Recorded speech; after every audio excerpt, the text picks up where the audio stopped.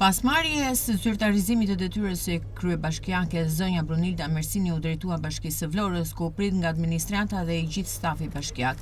I pranishëm dhe ish kryetari i komanduar Elis Salili. Në fjalën e saj të parë si kryebashkiake, Mersini theksoi se mandati do ta udhëheq me pozitivitet, energji dhe një frymë të re bashkëpunimi.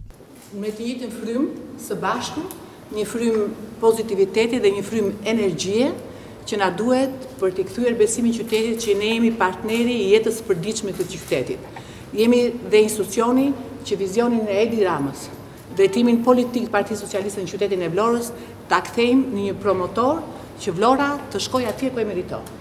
Kështu që të gjithëve ju uroj suksese në detyrën tuaj, në zyrat tuaja, po dhe shëndet në familjet tuaja. Të gjithë së bashku do jemi një familje. Faleminderit gjithë. Duke i uruar mirësarjen kryebashkiakes Mersini, Elis Salili deklaroi se ka besim në vimin e punëve pa ndërprerje në Bashkinë e Vlorës. Do t'i uroj mirësardhjen kryetares Brunildës.